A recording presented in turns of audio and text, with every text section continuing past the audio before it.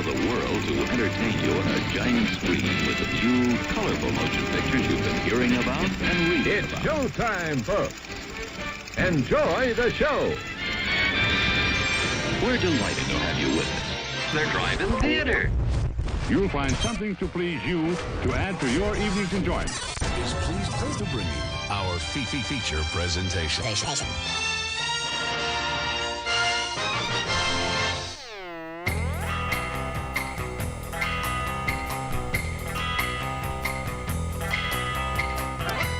What up, what up, what up?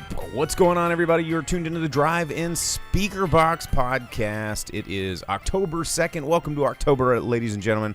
I'm your host, Bo, the boom operator. I'm Slick Doggy the Grip. And yeah, we've got another show for you. If you're just tuning in for the first time on this podcast, wherever it is you found us, welcome.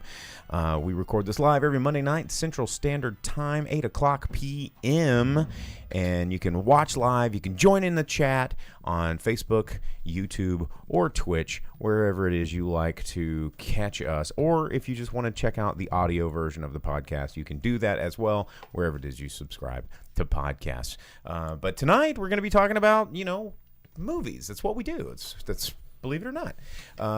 I finally got to see a movie. Things calmed down for like 2 hours, and I had a couple of things I needed to do, and I said, I'm just going to put those off till tomorrow, which became today, which I'm now going to put off till later tonight, and possibly tomorrow. But I went and saw Dumb Money. Yeah, so we're going to be talking about that. And you got in a car wreck, so you didn't go see a movie. Good job. No, I did watch the new episode of Pariah Nexus. Oh, yeah.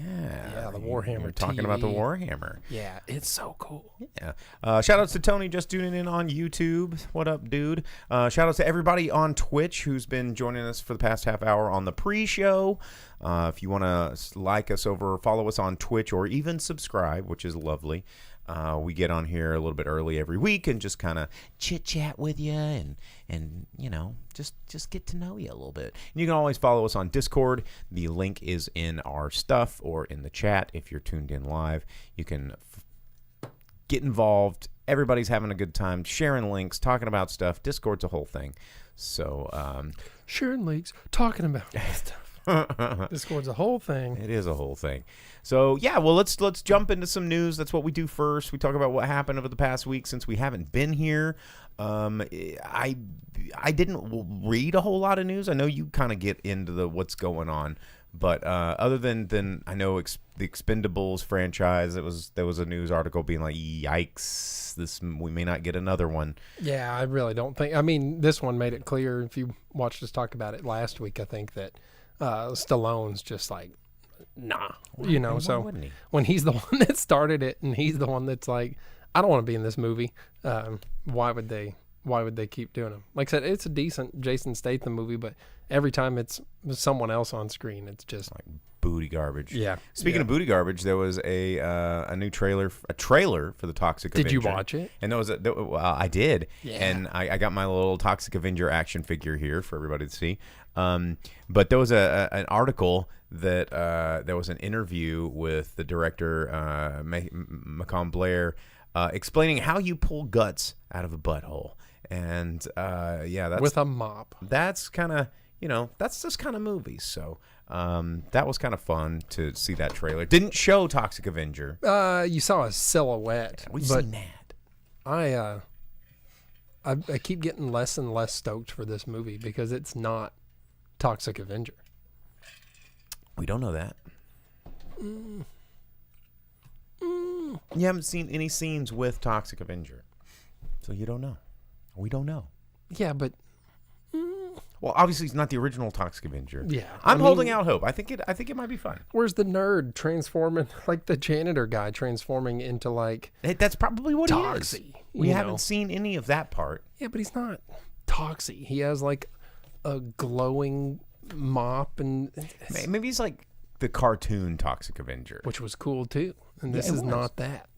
We don't know. We don't know. I watched the cartoon. I watched the Toxic Avenger movies. Toxie in Terror Firmer was the only part of that movie that I choose to remember because don't watch that movie. Yeah. If you value your brain. But I mean, I would go out of my way to watch Troma movies just for Toxie stuff. James on Facebook, he said, my parents associated Toxic Avenger with Satanic Panic. I think a lot of people did. Like Troma movies were one of those things that like kids were not allowed to watch it. I mean, and rightfully so. That's a good call. You know, I mean, much like John Waters films, like Troma and John Waters, they like push the boundaries of what's kind of acceptable in movie making, but then kind of made it a whole genre in and of itself. So, yeah. Pretty interesting. What else you got on the paper there, Jakey? This past week we lost Michael Gambon. We did Dumbledore. Yeah. I mean that happened like right at like early last week, right after our show. That was sad. You know, he was like what 82. 82. You know, he was the Dumbledore. You know, he wasn't the first Dumbledore because that one died too. And he was that Dumbledore was already on his deathbed. He was like, yeah, but he was like, Harry, we're gonna teach you. but he was like book lesson. Dumbledore, and then Michael Yeah. Gambon was like the Dumbledore that we got. Yeah, he was the one. sexy gay one. Did you put your fucking name in the goblet, you little bastard? And Harry's like, oh my god. Oh no! Yeah. That's everyone's complaint with his Dumbledore, right? Is that he was like aggressive AF. Well, and also kind of had well, the thing that I did like about the Gambon Dumbledore that was parallel to the later books is you just you didn't really know if you could trust him, you know. And the first Dumbledore seems so wholesome, you know, so fatherly. And Michael Gambon, he brought something to the character that you find in the novels where it's like maybe Dumbledore wasn't such a good guy after all. Made it easier towards the end where Dumbledore's like, let's kill this kid, man. Screw him, you know? And Snape's like, bruh, he's a child, though. And he's like, I don't give a fuck. Did you check out the pre-show? Yeah. Like, I get it. Like, I He's understand. like, Wizarding World, dog. Don't know what to tell you, bro. Yeah. Yeah. They kill muggles every day. Like, yeah. So I guess you're right. Yeah. But let's see. Dinas has said on Twitch, Richard Harris played him decrepit, but he really wasn't. He was only like 71 or 72. I mean, he just seemed so decrepit. Like in every role he took on, like when he was in Gladiator and he was the Dumbledore, he was just like a character that was like, you know. And I just associated Richard Harris as being just like. I think it was just that he was soft-spoken Dumbledore, right? Because he showed up when Harry was looking in that mirror, and he's just like, "You in here fucking up, bro?" What you doing there, buddy? Dumbledore was so cool until J.K. Rowling decided to be on Twitter. Well, Harry Potter was so cool until Yeah, that's true. J.K. Rowling decided to be on Twitter. What else you got? Disney Plus Password Crackdown has been announced that it will begin. When does that start? It's going to start November 1st and strike first in Canada. So watch out, neighbors to the north. Disney's coming for your password sharing. And then they'll see how that works, roll it out, and then the spread will go from there so that you can't share your Disney at the same time that they're raising their prices on it. So. Well, I mean, this is what we're going to start seeing more and more and more of it. You know, Netflix started, and now Disney's going to, and that means that Hulu's going to. All these streaming services, every time I look at it, and I'm like, why do I have this? I don't watch anything on this. It's just a waste of money. And then I go to get rid of it, and I'm like, oh, crap, no, there's that thing that I want to watch. Yeah, or... Yeah, my family has all my logins, right? Yeah. So it's like they watch it. Like my brother uses Disney. I don't use it. So, I mean, that should be okay, right? I really don't use it. I just pay for it. He uses it. And once in a while, I'll use Hulu for a TV show that I want to see, you know? Mm-hmm. But I'm the same. It's like there's not really much out there. Netflix has tons of Indian movies, so you know I love that. We do. I instead of watching a new movie, I did watch Shivaji. Yep.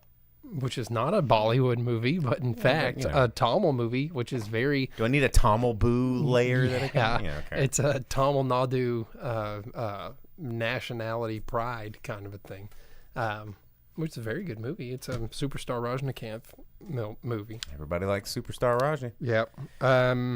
Also, in the realm of horror for October, we got more like Five Nights at Freddy clips. Yep. Right? And Like, it's making it look more and more like what was it, Willy's Wonderland or Well, the movie that was made as a ripoff of Five Nights at Freddy's with Nicolas Cage. yeah, it was so good. Yeah. Also, did you see that they're finally moving forward on the MCU X-Men movie? They're going to start hearing pitches and ruining what was already a very shaky franchise. I mean, can you really ruin X-Men when it was never very good to begin with? You know, I mean, Yeah, true. outside of Everyone Loves Hugh Jackman and, you know, the perfect casting, which they had to do of Patrick Stewart, right? What was there really that those movies had that has any merit to it at all? I mean, really? it was one of the first times that everybody saw a comic book, the franchise they loved, I was and seeing there. characters I was there in real life. That was the best part of it. You're like, opening night, yeah. the casting was cool, and you're like, oh yeah, I'm seeing these things that I've only seen on pages, but other than that, they weren't. They're not Yeah, great. but you didn't like that was when the internet wasn't too strong, and there were big rumor mills like, yo, we're gonna get Gambit and we're gonna get this, and they looked at this guy for that. Gambit would have been cool, except for when he finally showed up in he the wasn't. Wolverine movie. He was not. It was terrible. Yeah, it was Taylor Kitsch, which yeah. you know, sad for him that everything they put him in. Because Taylor Kitsch is actually kind of cool. Yeah, John Carter at Mars was sick, but everything else he's done, it's always a letdown. Yeah. But I was there opening night for X-Men.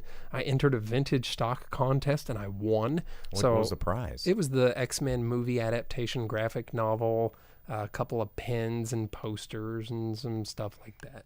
Like Cool. collectibles, like movie collectibles. Yeah. The comic was better than the Enough of movie those. because the movie was weird because they took the Senator and made him goop. And they, Which that could have been such a way better storyline doing the Sentinel storyline. well, yeah, they killed him off like in the first movie, and he was like one of the main villains of the X-Men. You know, and then Sabretooth and Toad got punked out real hard, which was a bummer because Ray Park was Toad, and you're like, dude, Darth Maul's gonna stick his tongue on these dudes. You know, so I mean, X-Men doesn't really have anything that I think that they need to preserve other than who are they going to get to play Professor X and people Wolverine. be okay with it, Yeah. you know. True.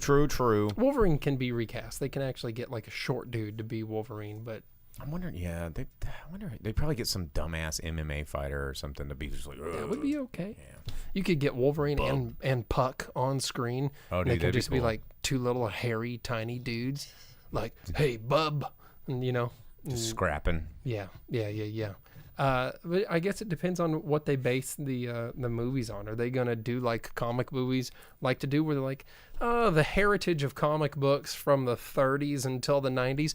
Who cares? We're doing new storylines now. And it's like, okay, guy, just there goes. You know and love the characters, and you know and love the story, but forget everything you know and love, Yeah. and know and love this. We took 100 years of character development and basis for these. We tossed it out the fucking window because the comic that just for a finished bold yesterday. new re-envisioning. Yeah, go see the Marvels, bro.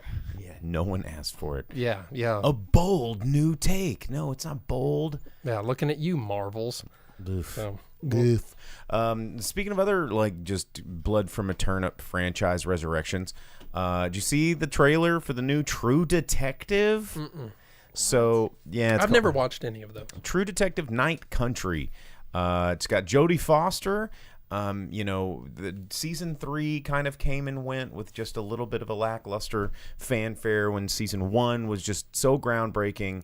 Season 2 wasn't terrible. Season 3 just lost its thing and was filmed literally in our backyard. I worked on several episodes of that show as a boom operator.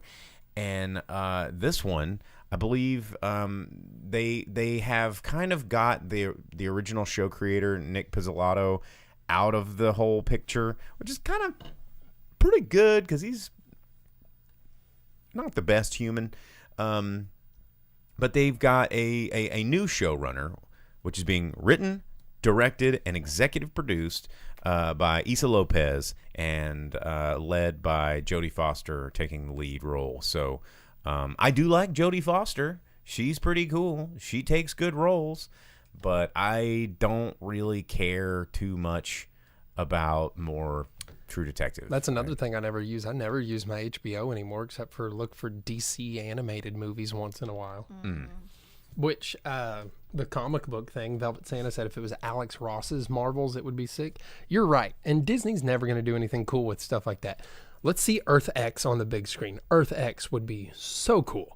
But they're not going to do anything like that. You know, Marvels would be cool. Any of those kinds of stories, like if DC would do a Kingdom Come movie, that would be so rad. But they're not going to do anything like that because it's a standalone movie, and they might make an animated version of them, and it's just not going to be the same. You know, animated's cool. Marvel never nails the animated though.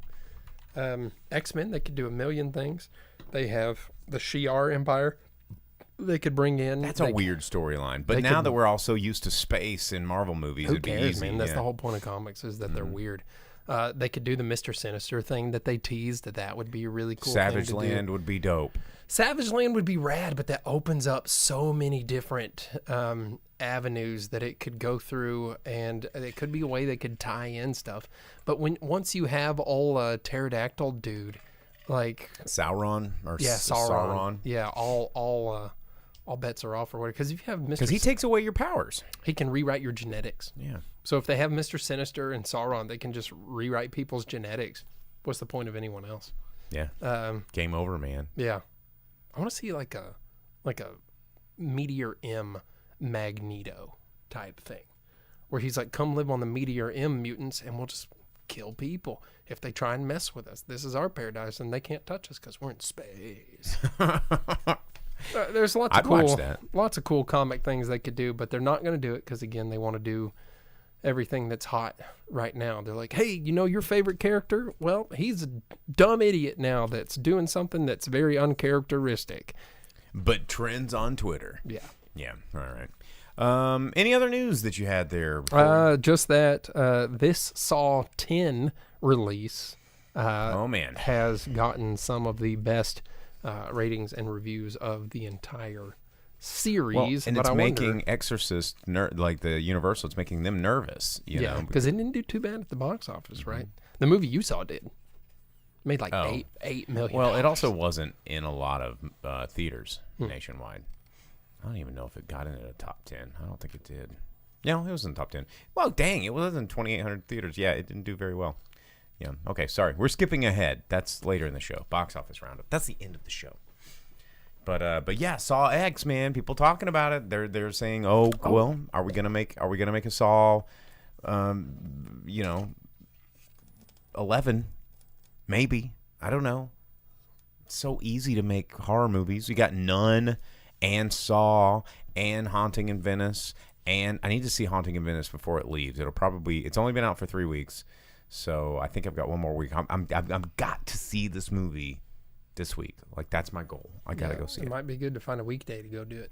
Oh yeah, I will. It's about the only time I have time. Yeah, well, do we want to talk about what's coming out this weekend then? Let's do it. Let's do it. So coming out this weekend, speaking of that, Exorcist, the Believer, is coming out in theaters this weekend. You've seen the trailers. It's not one possessed girl, but two. Double up. More Exorcist. I don't know how I feel about this. You know, I mean, The Exorcist is a creepy thing. You know, that whole biblical horror genre always gives me the heebie-jeebies. But this movie, I don't know. Everyone's like, "Are you gonna go see it?" And I'm like, I don't have like a big drive to go see this in the theaters. And Velvet Santa on Twitch says it worked for Aliens. No, I don't think it was more Aliens was what made that movie work. It was James Cameron that made that movie work. Yeah, and that's true. He is just kind of like more everything and does it with panache. Plus, Aliens had Ripley become like a badass. Because in the first movie, she's just running and trying to keep her and the cat alive, right? Mm-hmm. That's her whole thing is just run away, keep the cat alive. Run away, keep the cat alive. By the end, she's like, she becomes a badass. Yeah. At the end, you're like, she's a badass. All she does is hit an airlock button and then like breathe heavy. She got a machine gun in her panties. Like, that's a famous like clip. In the first movie? Yeah. She didn't have a machine gun, did she? She grabbed one because she had to get out of there. Yeah, but she didn't do anything. I mean, it was the second movie where with Paul Reiser being a butthole man. Well, and she got in and the she's like, show me how to walkers. use this gun. And then she like flamethrowed the aliens and stuff, and she's like, let go of her, you bitch. What was that like child's name? Like Nugget? Newt. Or okay, yeah, Newt. Nugget.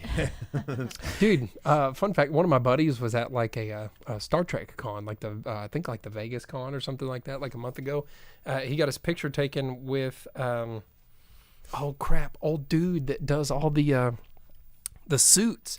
He was in the movie with the witches, the Disney movie. He was Billy. Billy Butcherson? Yeah, and he was all the fish dudes. Oh, And, you're talking about Doug Jones. Doug Jones. Yeah. So he met Doug Jones, got his picture with him. A couple of the other He's the Baron in What We Do in the Shadows. Yeah, he's everything. If it's a dude in a suit, it's Doug Jones. But several other like big actors and Star Trek personalities came in when they were sitting there talking and getting their picture taken, and a lady took the picture, and then it got tweeted out, and it turned out he learned after the fact it was Newt that took their picture. Oh, no kidding. Yeah, That's so it's funny. like he didn't even know that he was getting to meet and hang out with Newt. That's pretty badass. Yeah, because she was like married to one of the Star Trek actors or something like That's that. cool. But you know what looks more fun than The Exorcist about like a girl getting possessed? Courtney gets possessed. Have you seen the trailer for this? I have not. It's like a bridal party, and like the bride to be or whatever gets possessed, and it's like a 2022 came out last year. schlock horror comedy. I don't think it was released though. It gotcha. just got like a new trailer. Lauren Buglioli playing Courtney Harper. Bumbling wedding party must battle the forces of hell when a bride becomes possessed by the devil the night before her wedding. That sounds kind of fun. Yeah, it just got a new trailer, so I think that release date's off. Let's take a for look sure. at it. He got possessed. Here we go. Let's pull that trailer up really quick. Exclusive first look. Yeah. Yeah. Where's our TV viewer? Meow. But it's like a There's a weird energy, so dumb comedy B movie. Like, I do like that we're genre. gonna fix it. No, I know you do. Our family fucking rocks. Except for you. Except for you. How many boyfriends? See, did this you is more steal like from the me kind of in high movie that school? I would want to watch. Caitlin, Well, it's horror comedy, you know. this was her special day. What's going on in there? Nothing. That's my thing, man. I like horror Courtney comedy. Is nervous. Critters and Ghoulies. Yeah, this And, definitely looks low budget, but Leprechaun. Dude, low budget horrors sometimes are like the best ones, you know? Like, what was the budget for The Society? Oh, Society? Yeah. Like probably very low. But that end scene, if you've never seen Society, Or like buckle up. Terror Firmer, like we were talking about earlier. Like all the low budget horror movies. Like that's one of the reasons if you've never seen the Last Drive-In with Joe Bob Briggs, like it's worth getting your free month of Shudder for 30 days and in October and watch all of it. So, yeah, okay, I might check this out. Mm-hmm. Okay, all right. Courtney gets possessed. There you have it. Yeah. Coming out. It'll probably be on streaming. Or also that Exorcists movie where Pinhead's just throwing water at that girl. We talked about that. We watched the trailer for that last week, didn't we? But also coming out this weekend is The Royal Hotel. It's a film about U.S. backpackers Hannah and Liv taking a job in an Australian pub for some extra cash and are confronted with a bunch of unruly locals in a situation that grows rapidly out of their control.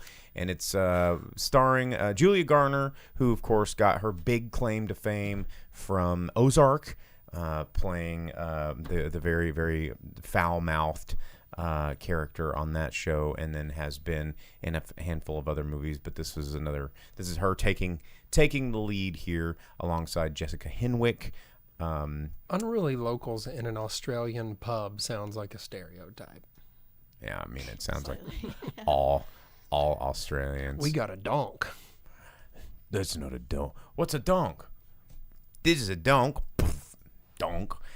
Vince says society budget was $2 million. That's actually still pretty small. When like if that's called a low budget film. If it's under, I think if it's under $3 million, it's low budget. If it's under $1 million, it's considered micro budget. And I'm trying to, whatever that mid range is pretty average. And then there's blockbuster, which is anything over $100 million. But yeah, that's why everybody loves these horror movies, is because they're technically small budget films that make big budget ROIs. I think that Brandon Burlsworth movie that I worked on was like $1.5 million was the budget on that one. So it was still a low budget movie, but it was over $1 million. It's just crazy. Movies are expensive, dude. But Royal Hotel, it's coming out this week in theaters. I mean, there's some of the trailer there if you haven't heard of it. Like how that's the first scene. It's like boobies.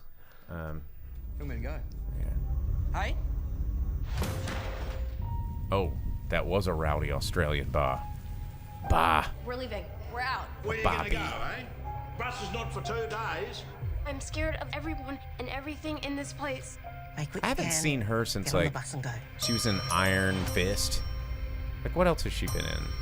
Jessica Henwick. She's been in some stuff. She's always cool. You gonna hit me with that? Snakes. Barbies. Screaming Sheilas. We'll take it. Right. Yeah. Get the paperwork started. Thank you. We'll get the paperwork started. What? Royal Hotel. They hand him a couple pieces of paper. That's not paperwork. They come in with a stack. Huge That's stack. paperwork. that ain't a form. This is a form. They drop it down on there. In the Americans. Oh yeah, that's right. I remember that in the Americans. How much do you think Australians hate Crocodile Dundee? Maybe they like it. I don't know. Every Australian I've met is very much like boomerangs, and I mean we got 2 Australians that watch the show. I think, but don't you Furious think... Apology? Are you out there on Twitch tonight? Tell us, is this an accurate representation of your culture? That's awful. So bad. I don't know. Don't you think they're probably tired of hearing That's what like this movie just showed? We got a donk and that's not a knife and everything? They're just like Paul Hogan. Like, well, I don't know. This movie was like, hey, Sheila, we're going to get this bar. Here's a rattlesnake, and this kangaroo's like hopping in the scene. What do you want to bet that the director was sitting there and he's like, do it more Australian. More Australian. And then he goes, show yourselves. And it's just... The Australian was the one person that had a believable Southern accent. Oh, man. Hurricane Heist. When are we watching Hurricane Heist again? Dog, anytime you want, holler at your boy. I feel like Hurricane Heist falls into the category of Three Amigos, where it's just like us talking about and remembering Hurricane Heist. It's just like a moment, a snapshot in time that we had so much fun at that revisiting it would shatter the magic. I don't know, dude. I watch Three Amigos all the time, and it's good every time. I don't know. Because I think it's a mail plane. Gosh. Royal Hotel coming out in theaters this weekend. What? And then also coming out in theaters is Foe from director Garth Davis. This is starring Saoirse Ronan and who else? Paul Mescal, Aaron Pierre, and Jordan. What is his name? Chodenheimer? Chode Zeisner. I'm sorry. All I saw was Chode. And Jordan Chode. Probably Chod. Well, Chod Zeisner. that's called change your name. Anyway, Vince says that he thinks that Australians secretly love Paul Hogan like British people love Benny Hill. Who doesn't love Benny Hill is what I'm going to ask. Because Right. Yakety Sax is so cool. that's good All he stuff. was a raunchy old dude that would like pinch a butt cheek and run away for like 10 minutes, and everyone's like, dude, this guy's hilarious. And he did the Scooby-Doo thing, run in one door and And like he'd come come out out the another. other. Yeah. And he was like always holding his hat. And like, yeah, someone's like bra would show, and he'd go, "Whoa, I'd buy that for $1."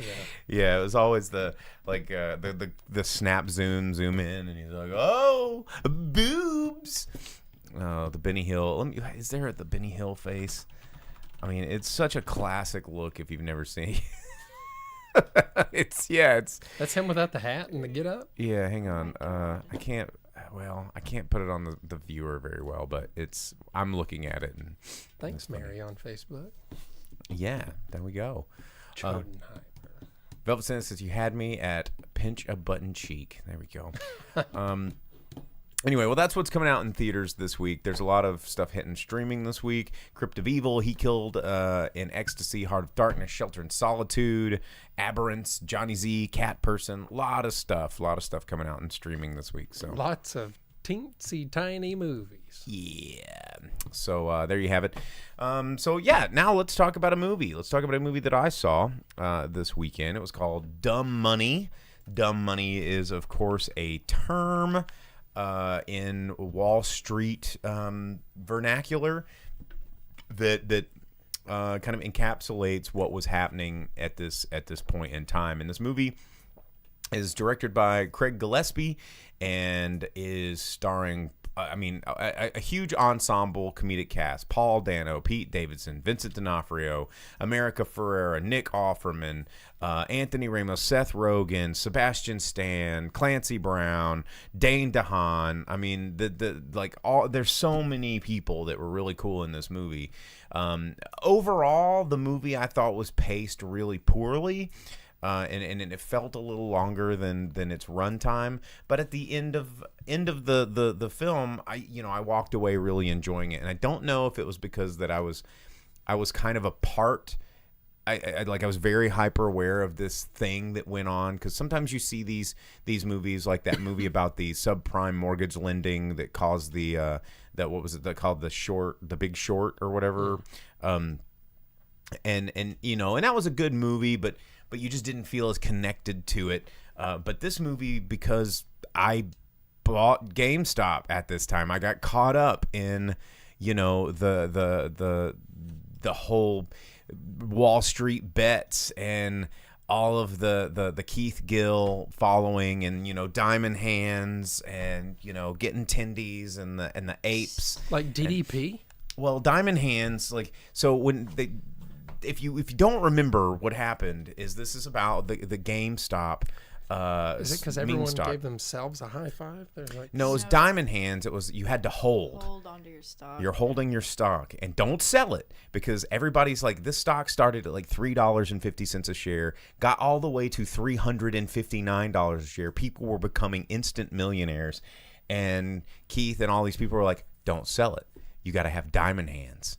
And that was like the rallying cause, to the moon, Diamond Hands. Oh, so not this. Not it's DDP. It's just Diamond Hands. You had Diamond Hands. Don't let go of the stock. And it was really interesting, not just because a bunch of nerds made a lot of money, but it was the first time, and it was like a really perfect storm of Robinhood coming on the scene. And it talked a little bit about these two ding-dongs that started Robinhood, but it gave regular Joes like you and me the ability to buy stocks without all this like red tape and then secrecy that the Wall Street has had, that helps protect them and their investments and for all of these years. And this guy Keith Gill kind of cracked this code and was like, oh man, like, look, we can really affect this market, and the market is kind of rigged. And all of a sudden, all of these common people and, the hedge fund people, they call dumb money people like you and me that are doing day trades. It's like, oh, they're retail traders. It's just dumb money. It'll fall. We'll make money. We'll short these stocks. And then when they get scared and sell off, then we're going to make all this money. And Keith rallied these people on the internet and like, don't do it, because they're going to have to short. And he was posting all of this info that other people had never had access to. And all of a sudden it caused one of these monstrous hedge funds that was worth like $16-17 billion to completely collapse because they had shorted all this stuff, betting on this company they were trying to make fail. And all these people are like, hold the line, don't sell this stock, and forced these people to have to pay out on their short buys. And now it's funny because it changed Wall Street forever. Like, it completely changed the way that hedge fund, like you don't see a whole lot of shorting as much as you used to because these Wall Street people would, it talks a little bit about how companies buy up these smaller companies, force them to be terrible, but also invest in the shorts. So when that stock tanks, they make money. So they don't not only kill a company, and then everybody that works for that company goes out, loses their jobs and loses whatever. But these Wall Street assholes are making all this money doing it. And it was kind of this sort of like putting this power back into the people, and that's what this whole movement represented. And it kind of told that story in a very comedic way, and it was fun, and it got you into the excitement again, because if you were paying attention to that period in time and you did, like Dana said, the stonks, if you like the stonks, it was a very exciting time. And, it was kind of sucks because since then, a lot of the bad guys in this Wall Street have put protections in place, bailed the right people out. They're still rich. And there's the system is still set up to benefit them, but we found one chink in the armor and showed how corrupt the system was. And it was good. I mean, you had Paul Dano's great. He's fantastic. Nick Offerman. Who's Clancy Brown? Clancy Brown is Paul Dano's father. Oh, okay. And he's only in it in a little while, but it's just Clancy Brown. When he's on screen, he's awesome. I was hanging out with a friend the other day, and she had never seen Highlander. And I showed her Highlander, and I was like, that's Mr. Krabs. And she was like, what? Yeah. And Vincent D'Onofrio is, everybody that's in it is they're not in it a long time. It's like everybody had just a very small amount of screen time, except for Paul Dano, of course.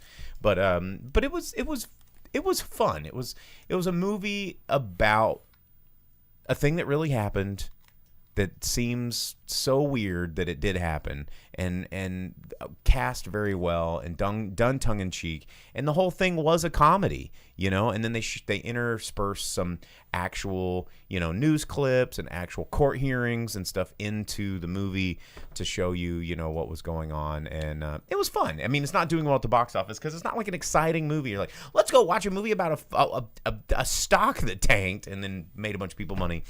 But it was fun. It was really good. Yeah. Plus, you had the Riddler, and that was his whole thing in the Batman too, was that he was a Reddit dude. Yeah. So Paul Dano just being the Reddit guy. And then Pete Davidson was in Suicide Squad. Vincent D'Onofrio is Thor.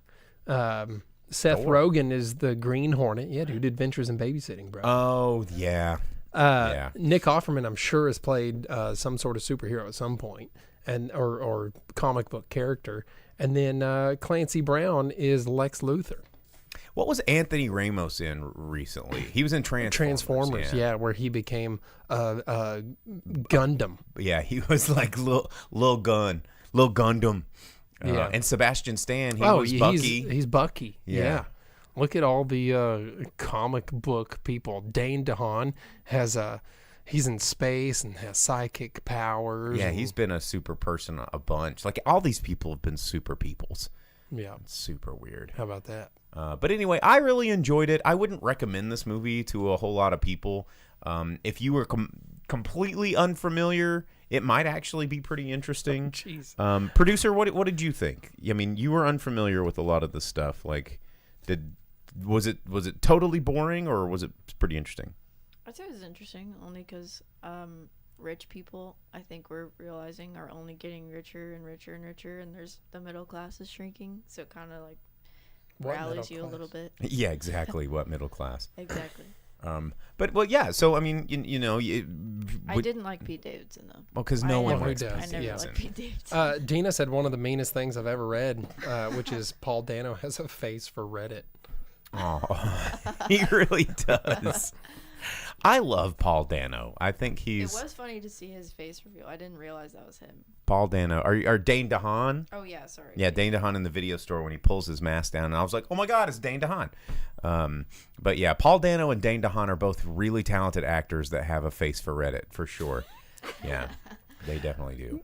They're a couple of Chan looking dudes. Yeah. Very Chan. Oh man, but yeah, it's in theaters right now. It's in 2,800 theaters. I don't think it's going to stay in a whole lot of theaters. It's not doing very well for being in its third week in release.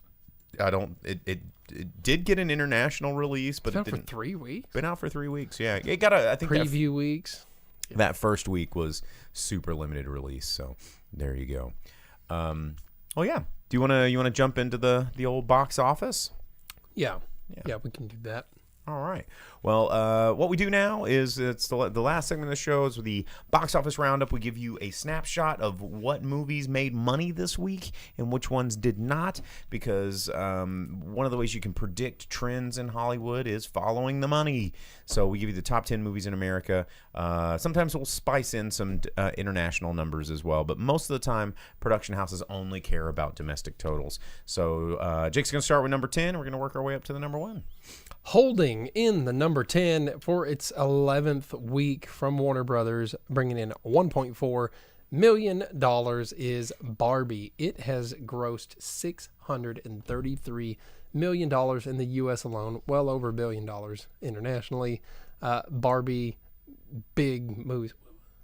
No, LogeWeb on Twitch said the stock ticker for Weeb is available, so I just dropped the Weeb overlay. That's all you, dude. Your stocks and the Anime Watcher. I don't do either one of those because I'm broke and don't care about anime.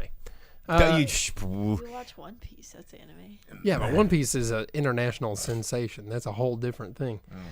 Well, Night Owlishly also, she has a question about box office. She said on Twitch, she says, you reference how many theaters movies are in, and I'm curious if we know the total number of theaters, because I don't have a point of reference for if it's a lot or not. Ooh. So there is about 5,000 theaters. It's like 4,700, 4,800. There was that many. How many have closed? Because I haven't seen any that have crested over like 41 or 43 since COVID. Well, I would be curious to know how many theaters there are that are open in there right now. Because, yeah, you're right. Pre-COVID, there was like 4735 or something like that. It was like 47 some. Here, I got a test here. Let's go. What's a big weekend? Top Gun Maverick. When did that come out? What was it? June? Jeez, last year, right? Oh, let's see. Okay, Spider-Man. Okay, when The Flash came out, it was in 4,256 theaters nationwide, and its second week in release. There can't be more than like 4,300 right now. Because there used to be close to 5,000. Yes. Yeah. But that was pre-COVID, and since COVID, I haven't seen the numbers that high. So, there's so Vince says there are 2,208 movie theater businesses in the U.S. as of 2023. But in number of theaters, like there are still a lot of theaters. So, Dina says pre-COVID there was over 5,700. Is that screens or theaters? Because that seems like that might be screens. I think it might be screens. Yeah. So when we talk about it, it's theaters is what Dina's saying. So theaters, because that's what I was under the impression. I've never seen a number over 4,700 for any given movie. Mm-hmm. So how many of those are like a single screen, like a drive-in? Yeah, it does include all of those. Yeah, anything that reports a box office bring in, or something that's a theater that's not showing a new movie. Like what they used to, like a dime theater or whatever, like they show replays, old movies and stuff. Yeah. Anyhow, 47 some odd is like that's kind of the top. Yeah. So yeah, there you go. If that answers that question, like about 2,000, that means it's kind of not in every place. I think if you're seeing numbers over 4,000, that's like your Marvel movies, Disney movies, your big ones. Yeah, they're going to be everywhere. I'll tell you 39,000 screens in the U.S. last year, says Dina over on Twitch. So she's pulling up that info. And she's our box office guru. So she knows. So. Yeah, for example, out of the top 10, before we get to it, the most theaters that any one of these movies was in was 3,989 theaters, which was Paw Patrol, because that's the one that was likely to have the biggest draw. So number 10... we get a lot of this info from Box Office Mojo, or if you have IMDb Pro, I mean, those are joined up together. Mm-hmm. So, that's you can check out this data. That is the default source that everybody uses. So yeah, which, talking about it, number 10, Barbie was only in 1,300 theaters. I'm surprised that it's in that few theaters, considering that it's still the moneymaker that it is. And got re-released, yeah. But you can go out and you can rent it at home. You can, I think, maybe even buy it. I know you can buy Blue Beetle right now. It's available to own. You can purchase to own. Don't. I liked it. Okay, dude, that movie's turds. But so Barbie came in at number 10 in only 1,300 theaters, because even though it's in a third of the theaters out there right now, it's still making money. And then coming in at number 9 and only its second week out from Lionsgate, Expendables brought in $2.5 million. Its domestic takes off so far is $13.25. Not great for Expendables. But then again, that movie stinks on ice as well. But coming in at number 8, actually a fun movie, worth watching. It's still out there. 5th week out, Equalizer 3, $2.7 million brought in by it. It's brought in nearly $86 million at the domestic box office. Good job for Equalizer 3. That's a fun trilogy. I like all of those so far, which this is supposedly the last one. So not bad. And then number 7, Dumb Money, in its official third week, first week of wide release, because talking about a lot of theaters, it gained 2,200 theaters, putting it at 28 some odd total. So it was only in a couple hundred theaters. This week it brought in $3.3 million. So its domestic so far is at just over $7 million. I can't imagine it being a very expensive movie to make, even though it had all those stars. I think it was just because they were all homies and thought it was cool. Yeah, but purchasing the rights, paying the talent, shooting what I'm sure they have a couple different locations. How much is renting a couple of Ferraris and stuff for a day too? I mean, it was only one Ferrari. Oh, really? Okay, adds up. And then coming in, Porsche. Yeah, well, whatever. Well, that's cheaper than a Ferrari. And then coming in at number 6 in its third week out from Disney, A Haunting in Venice, one that you're going to try and watch sometime soon. I want to see it. Yes, yeah. The Poirot. Which isn't there like an Agatha Christie movie, like a movie about Agatha Christie coming out sometime soon? Probably. I thought I saw something. $3.6 million brought in by it. So far, it's only made $31.4 here in the U.S., which is a bummer. I like The Adventures of Poirot. I probably will watch that one at home just because the trailer makes it look like it has a bunch of jump scares, which I don't care to sit through. I had some people tell me that they like this one better than the other two, like that this is their favorite one. I like Michelle Yeoh. I like old Kenneth Branagh as Poirot. I like his directing in these movies so far. But if it has a bunch of jump scares, I don't want to sit in the theater and deal with that crap. I don't like them. And then in its first week out, The Story of Duck Dynasty coming in at number 5. The Blind brought in estimated $4.3 million. A buddy of mine worked on that movie. Oh, really? Mm-hmm. How about that? 5.2 is its estimated take so far. I imagine that movie did not cost much to make at all. Actually, if I'm not mistaken, let me see. I think that some of the post-production of this was let's see here. I think it was post-produced right here in Prisma in Bentonville. Let me pull up some data right now. Hang on a second here. Golly. Let me scroll down to production crew. Produced by... Because I want to say that Yep, there it is. It was post-production. I figured that's who you were talking about. Yeah, so Prisma, one of my friends here in Bentonville, they did post-production on this. So did a lot of coloring and audio mixing and all of that kind of stuff. So, yeah, right here in our backyard, man. How about it? And then one of our viewers said he sat in on sound for it. So how about that? I'm the only person in history to be afraid of Agatha Christie, the queen of jump scares. Hey, Vince, listen, I'm just saying that trailer looked like it had jump scares. It's not that I'm afraid of it. I just don't like it. Like when a movie, horror master Agatha Christie. Yeah. When a movie's full of jump scares, it's just it takes away from the movie. I don't like it. It annoys me to a point, which is why I like movies more like when we were talking horror movies, things like Critters or Ghoulies or Leprechaun or Nightmare on Elm Street or Chucky or like something. Chucky, but you don't want to watch Agatha Christie. No, I want to watch Agatha Christie. Is what I'm telling you. I will watch. I don't want to watch it in the Poirot. theater because it's dark and there might be monsters behind me. Whatever. I'm gonna make this statement one time. Fuck y'all. So,